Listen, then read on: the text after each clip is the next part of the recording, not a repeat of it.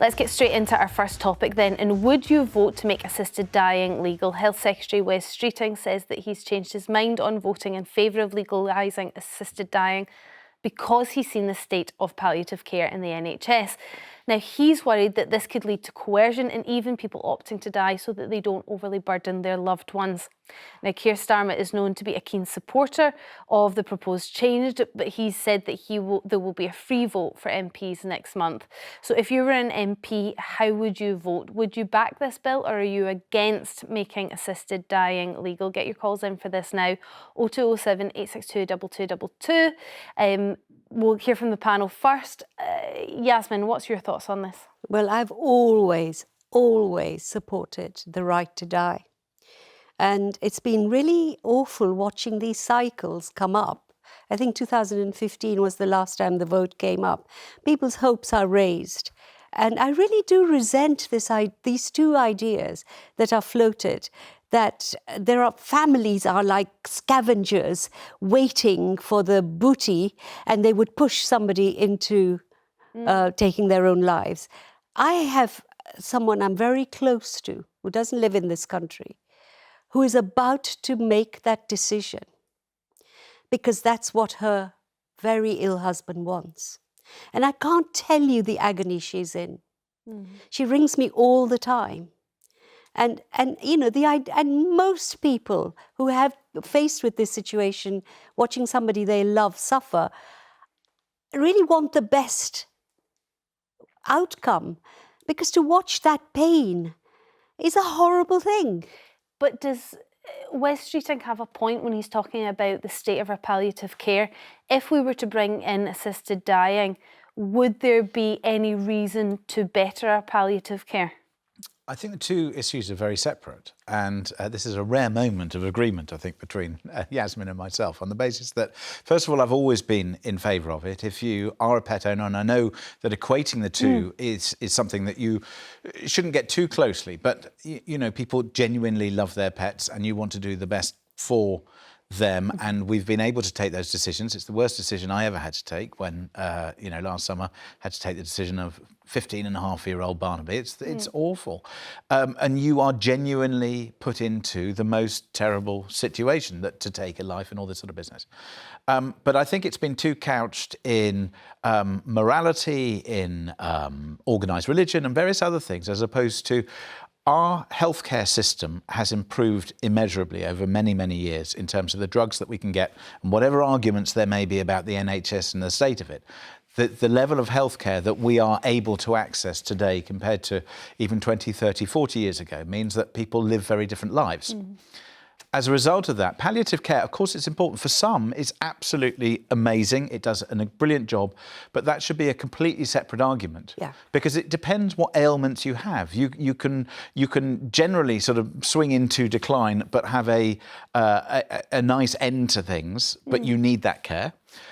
Or alternatively, for some, it can be truly awful. So I think we have to be, knowledgeable enough to work out that, you know, the termination of life or ending of life is not a sort of mutually exclusive conversation. It's not an easy one to have, and it's not an either or.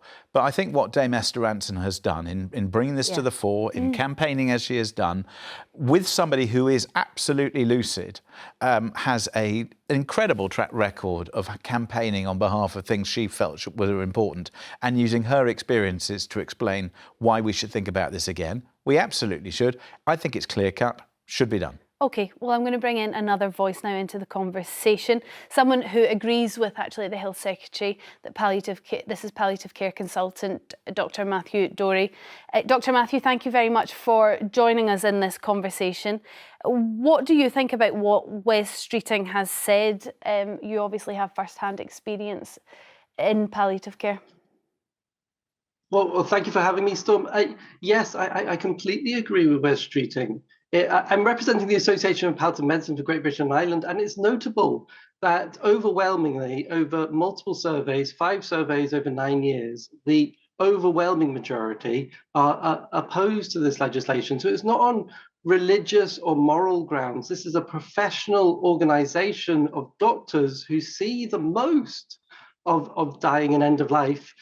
who really are very concerned about this legislation. And the reasons behind that, to address a few things that, thank you, James and Yasmin, for saying those things. Oh, well, one of them is the pet analogy, and I appreciate you saying you don't look at it too closely, but actually you can have to. So you're not a dog, you're not a pet, and I don't treat you like that in any other way. And I don't know if you know, 80% of pets are not insured in this country, and 50% of people don't know if they can afford the vet bills. And in the economic environment, the Darcy report with the NHS, with the Marie Curie report, the state of palliative care, which is, by the way, only 37% funded by the NHS and is majority funded by charity. We've got a motive there that this is something which can be seen as very nice and easy, and pressure for a cost-saving exercise. And this is terrifying to a lot of us, that there is this pressure there to not avail of it. Can I ask you a question? We will... Doctor, if I can ask you a question, because I hear what you're saying. Turkeys don't vote for Christmas, and I'm sorry if you think that using the analogy of having to make difficult decisions isn't one that can be equated. But speaking as somebody who's very healthy now, and I have absolutely no intention of leaving this planet anytime soon, I guarantee, come later life, I would like to have my life ended as and when I am either in excruciating pain or, for example, like my 91-year-old father, who I guarantee would not wish to be here, given that he has vascular dementia. I want to make that decision now, and it's nothing to do with you as to whether I make that decision. I want to be able to have that decision. I don't know if, Yasmin, you agree? Yep, Yasmin was nodding along. Absolutely, and I don't think it's an either or. Palliative care is essential, it should be well funded. But in the end, it comes down to an argument, actually, that women have been using for a long time. Our body is our body, and we must have the right to decide whether we want to go on, even in under fantastic palliative care, or whether we want to leave the planet. OK, I'm going to go back to the doctor. We are getting lots and lots of calls, so I'm going to try and get to you as soon as possible. But what would you say in response to that, that actually, regardless of the cost and that sort of thing, and the risk of people being encouraged to take their own life because it saves money, actually just sitting here right now, both my panellists want the right to choose how they are going to die when that time comes? So I can only speak as a doctor. So many people come into the hospice or are known to me through palliative care who say, I want to die. We treat them appropriately, we get them feeling a lot better, and they completely change their mind. I would say that laws are more than rules. They send social messages. And what we got here with potential legislation with leader beta, etc., is we've got a criteria of eligibility. They're not really safeguards, are they? They're deciding a criteria of 6 months, 12 months, terminal, whatever it is. They're a criteria of eligibility. When you are in that criteria, that choice is no longer really a choice. It becomes a suggestion and then becomes an expectation. So when you're arguing about your individual autonomy, your choice, as lawmakers, you have to think about the societal consequences to that law.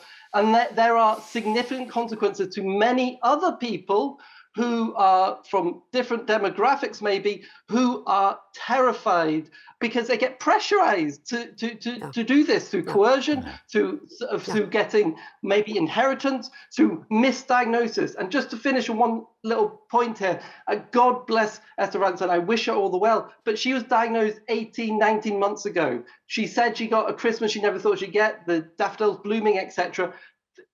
How many people would have availed of this already? So that population is what we're worried about. Okay. The people who availed of this earlier. OK, Matthew, stay with us. We're going to take some calls now. Loads of them coming in. Ellen from Glasgow, you're up first. What do you think about Wes Streeting, I suppose, changing his mind on legalising assisted dying? I don't believe in it at all. As I've said before, where there's life, there's hope. So what about when you've got, I mean, Matthew doesn't like this, but what about when you've got a pet then? We're not allowed to put pets that are in incredible pain down? But no one needs to be in dreadful pain. There's plenty of pain medication to take the pain away. I think that's a struggle really towards the end of life. But I ask you again, Ellen, when it comes to a pet, a loved member of the family, when it's an incredible pain, do you want to deny an owner the option of putting that animal down? Because life is sacred. Well, I have been in that position, and we had to put a dog down many, many years ago. Very painful. But it's different for a pet Is to it? a human being. What, Ellen, may I ask, I mean, what makes, in your mind, what makes life so sacred that means that... Human life. Or human life, rather, so sacred, that means that you can't make a decision? Because I frankly, I think I'd like to be able to make a decision as and when it comes to it. Should I be denied that? I just believe where there's life, there's hope. Okay, but interestingly, not when it comes to animals. So it's not just life; it is in fact human life, and that's a completely valid opinion to have, that it is separate and different. Ellen, thank you very much for your call. Sandra from the Highlands, lots of Scottish calls, fabulous. What's your view on this? Well, the two previous callers, they really haven't got any idea of what it's like. I'm Dutch, living in the Highlands. And I went through the whole assisted dying with 3 family members, my uncle, my mother, and my grandmother. And there's so much misconception in Britain about how you can be coerced, etc. It's just not possible. There's so many fail-safes in place. So talk us through that, because I suppose the concern is you've got a very ill individual who has, let's say, quite a large estate, and children who are quite keen on speeding up that process. They're putting the pressures on the doctor. What are the fail-safes to make sure that those children don't have the ability to assist their parent in dying earlier than perhaps the parent would want to? Okay, well, I can just go on with my mother. My mother, or the person that's ill, has to make the first request from, in Netherlands is a GP. The GP goes then away, discusses it with other doctors, and speaks to an independent doctor to come later on in the process to assess my mother. Every single time my mother saw the GP, she had to, if she wanted to, request it again. So it needs to be something that is not a one-time thing where mom saying, oh, I want to die today. Every single time my mother saw the GP, she had to make the same request. Then the GP sat my father and myself down and spoke to us to how we felt about it. Then after about 2 weeks, the independent doctor came in, spoke to my mother by herself, basically asking, you know, if she still wanted to die, etc., etc.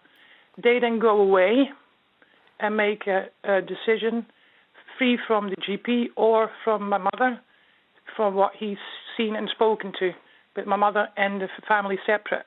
I can't, Sandra, it sounds like a very, very long process, actually much longer than I assumed it would be.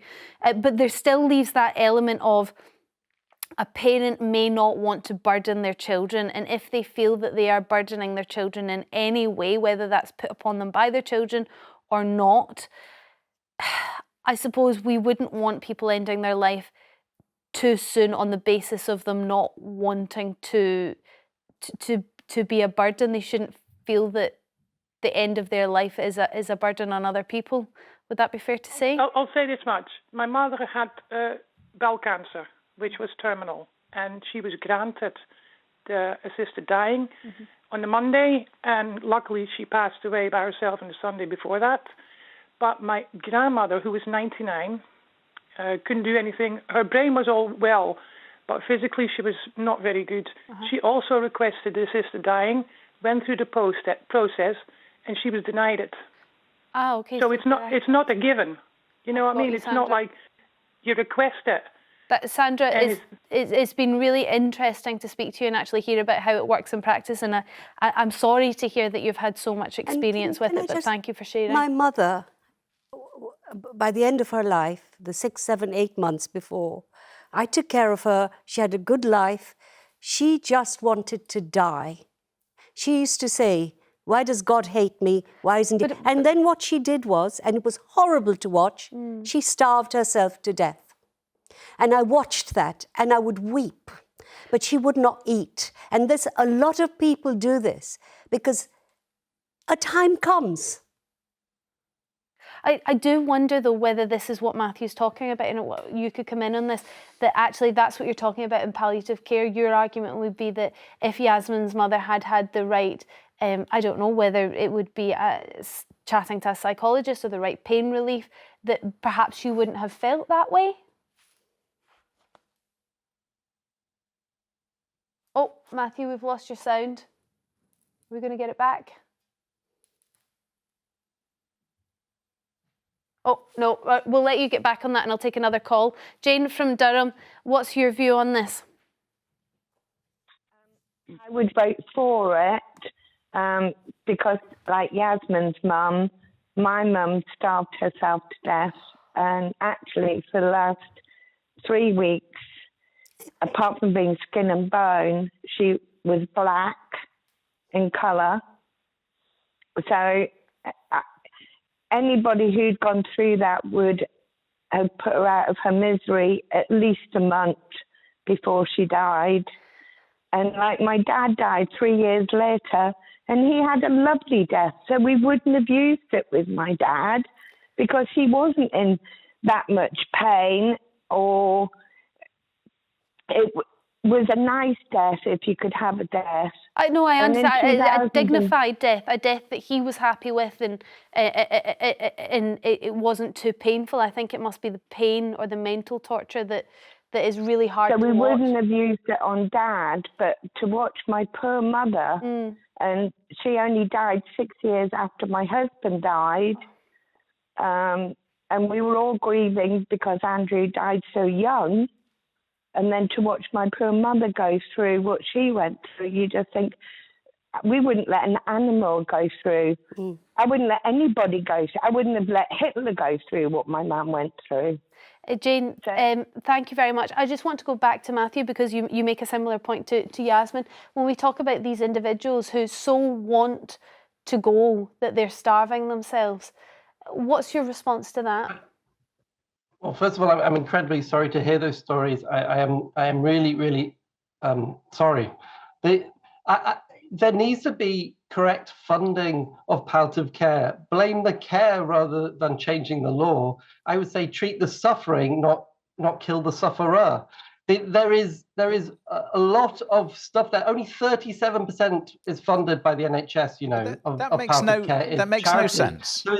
What you're saying, makes absolutely no sense, because on one hand, nobody is suggesting that palliative care shouldn't be funded properly.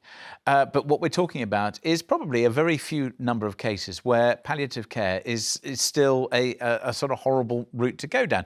And I totally understand why you would fight for funding. But I think to mix your desire to have funding with, not changing the law for those people who are absolutely certain about this is very peculiar.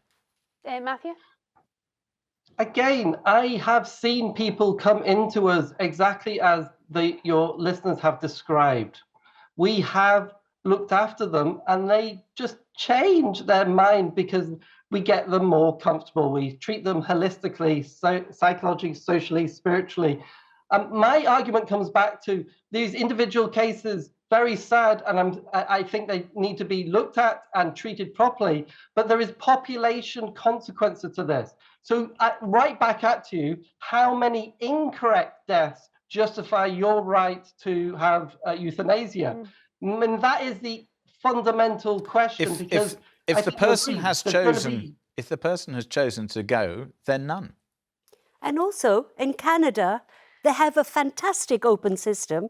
And I don't think even you could say that the culture encourages euthanasia. It does not. All right, just a quick response from you. It definitely does. No, it doesn't.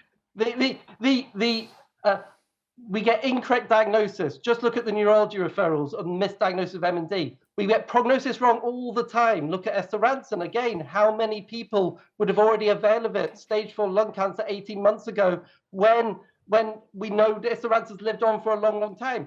Elder abuse is 1 in 6 in government reviews. And there's coercion. We're not in a perfect society, and there's pressure. Dr. Matthew, I'm going to have to end this part there because we've got to run to a break. But thank you very much for joining us. That was Dr. Matthew Dore, and for all your calls and stories as well.